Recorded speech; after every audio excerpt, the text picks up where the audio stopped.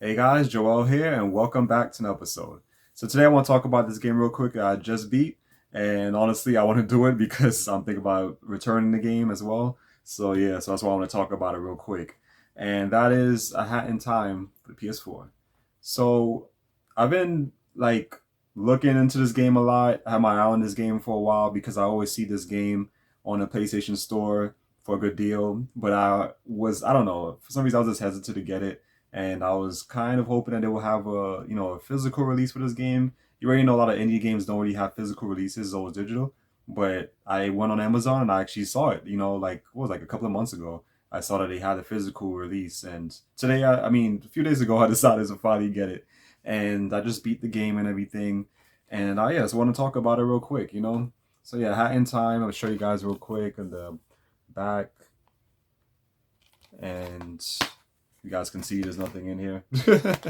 uh, I was hoping that since it's an indie dev that made this game, they would have actually added like a book or something in there. Like a lot of these indie games, I know have something like that when they have a physical release. But yeah. But anyways, so with this one, it also includes the DLC on this. There's actually one more DLC I didn't know about, but you have to pay for that one. But it's not expensive. It's only $4.99. But I decided not to get it. So yeah. So beat the game.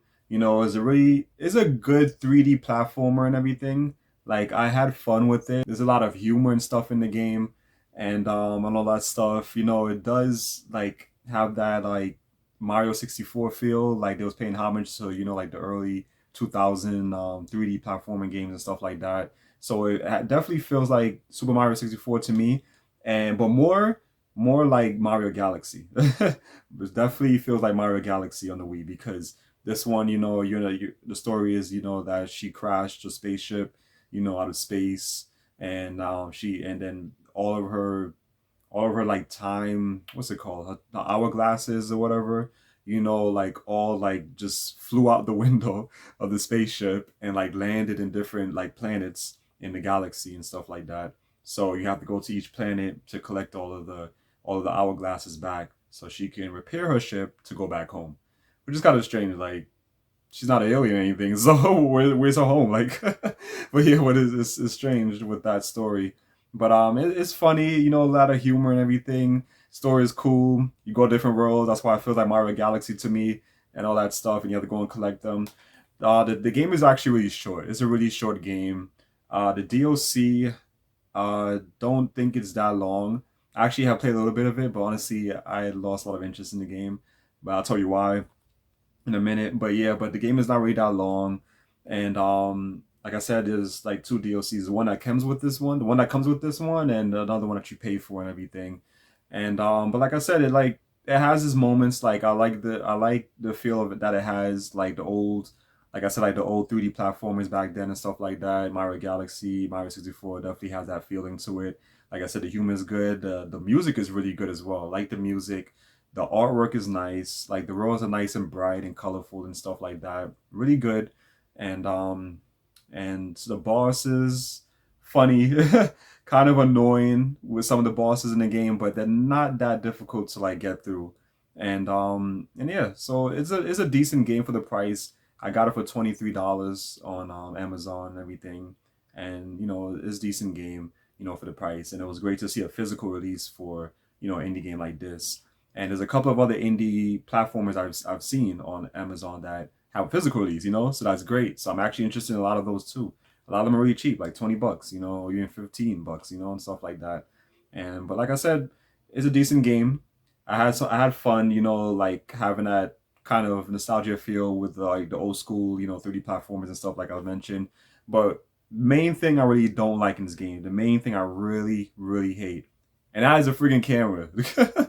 The cameras in the game is just annoying. It's, oh my god. You guys already know like how these 3D platformers were, and like how the cameras always, is terrible and everything. But I feel like the one in this one is like worse.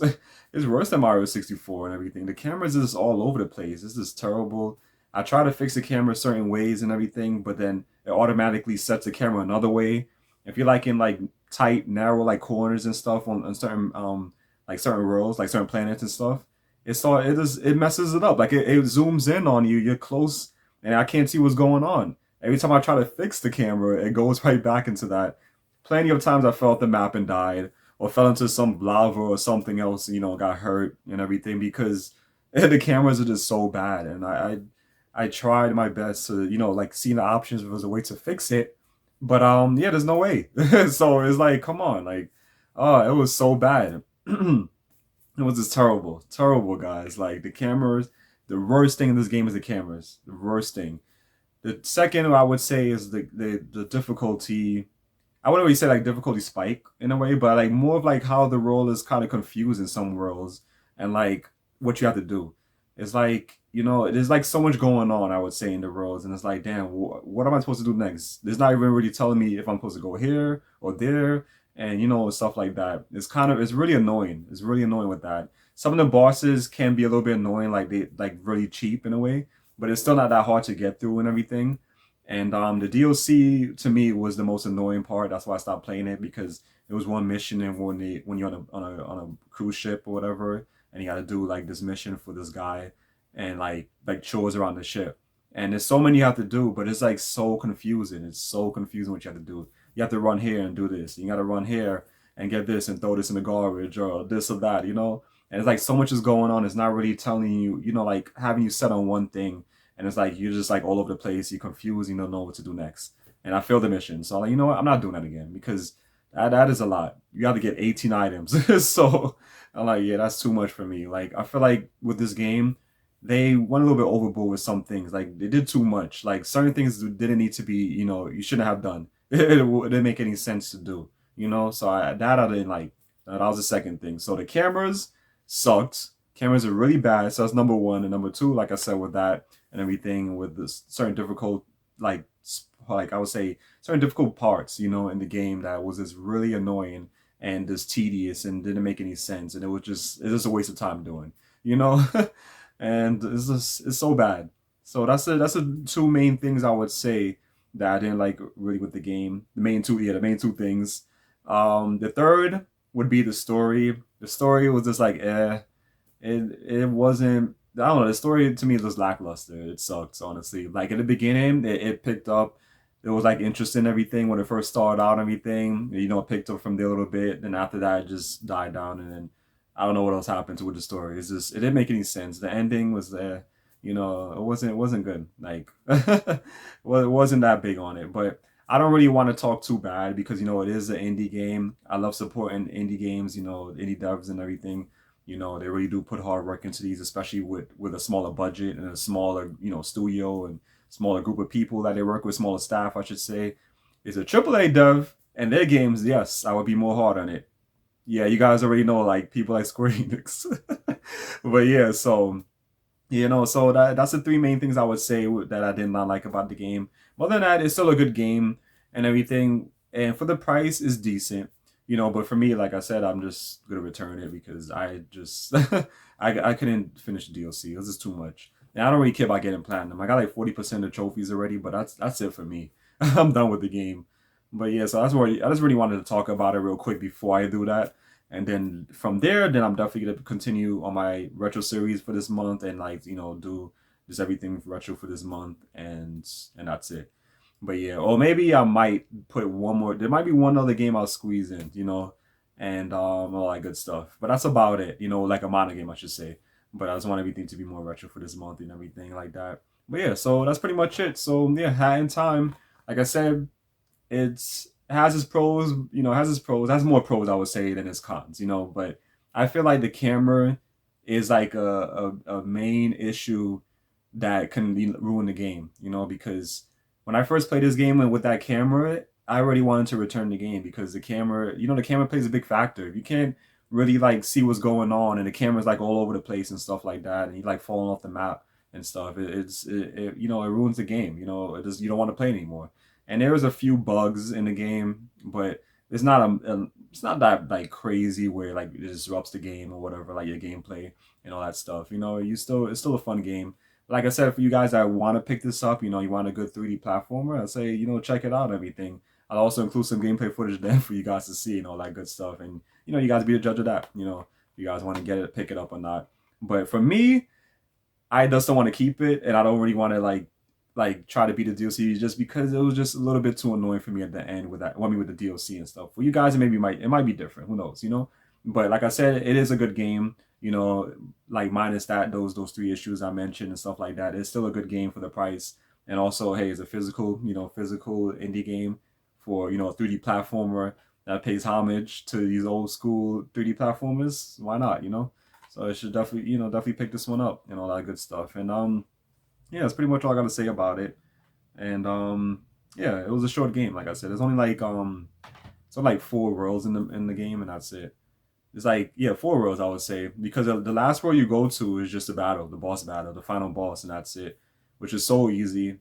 And it was just like the music was good though during the boss battle, the final boss. I like that. But my favorite level, I would say, in one of the rows is when you go to like this haunted mansion, because it had that like Luigi Mansion feel into it. And that's like, I don't know if I mentioned that to you guys, but it was like one of my favorite games, platforming games, I would say, is Luigi's Mansion, especially because with Luigi, never had much love. They never gave much love to Nintendo. It was always Mario, Mario, Mario. They have all these other characters in the damn franchise. They never use them. Like, they never have their own game. So that was a big game, a big game for me. I really enjoyed it and everything and all that good stuff. So, yeah, so I had that feeling, like it had that part, had that Luigi's Mansion, feel to it and stuff. But yeah, so that's pretty much it, guys. So let me know what you guys think, and, if you guys are interested in the game, like I said, it is a good game. Minus those issues. But for me, I had enough. So I don't really want to finish anything else up with the game, and I'm just gonna move on to the other games that I have and stuff like that, because plenty of other single player games I haven't even finished yet in the PS4. So I want to go through those. Plenty of other retro games I also want to play and all that good stuff. So it was just so much. But like I said, it was a short game. That was good for me. Because now I can move on to the other games now and everything, because it was really, really short. And that's the one thing I like with platformers. They're not really long games, but at least this one has DLC, and all that good stuff. So yeah, there we have it, guys. A hat in time for the PS4 and all that good stuff. So one last thing I want to mention is, I did say I was going to talk about like one more game on the channel, one more modern game, and that is The Evil Dead. Not sure if you guys heard about it, but I've heard about it when I got my Game Informer magazine a couple of days ago. And finally, we might have a multiplayer horror game contender to Friday the 13th, because Dead by Daylight is not it, And right now, that's like the only multiplayer horror game around right now and everything. And it's like, that's the one they frequently update and add new killers and stuff like that. But that throwing people on hooks shit is boring, and the whole repairing generators is a boring game. It's a dead game. Friday 13th is still a better game than that, because you actually kill people as a killer. Why would you have killers in the game when they don't kill? You're throwing people hooks. So Evil Dead it looks similar. When I was reading in the Game Informer magazine, it looks similar to Friday 13th. You get to play as survivors, Ash and other people, and go against the person that's the killer, the monster, whatever. It looked interesting. It looks promising. So I pre-ordered it on GameStop and everything. It's only $40, $40, so you can't beat that. So me and my friend pre-ordered it and everything. It comes out next Friday, May 13th. May 13th. So I'm really looking forward to that, and I might do a video on that one. So that was what I was talking about with, it might be one more modern game I'll do for this month, and then after that'll be retro only. So I'm really looking forward to that game, because I've been finally waiting for, a horror multiplayer, game that's just as good as Friday 13th, or even better than Friday 13th, So let's just hope this game doesn't disappoint, because Back 4 Blood definitely disappointed. And what was the other one? And the Predator game that was made from the same creators of the Friday 13th game. That one definitely didn't deliver. It sucked, honestly. It was so bad. But yeah, so I was really wanted to talk about that real quick at the end of this video and all that good stuff. So if you guys don't know about Evil Dead, definitely, look into that game. Like I said, $40, can't beat it. Really good deal. So I used some of my points and everything to pre-order it on GameStop in the store and all that stuff. So yeah, so I'm looking forward to that. Let you guys know how it is. So yeah, so that's pretty much it, guys. So let me know what you guys think in the comment section below. Like, comment, subscribe, all that great stuff. I'll definitely appreciate it. And I'll see you guys next time. Take care.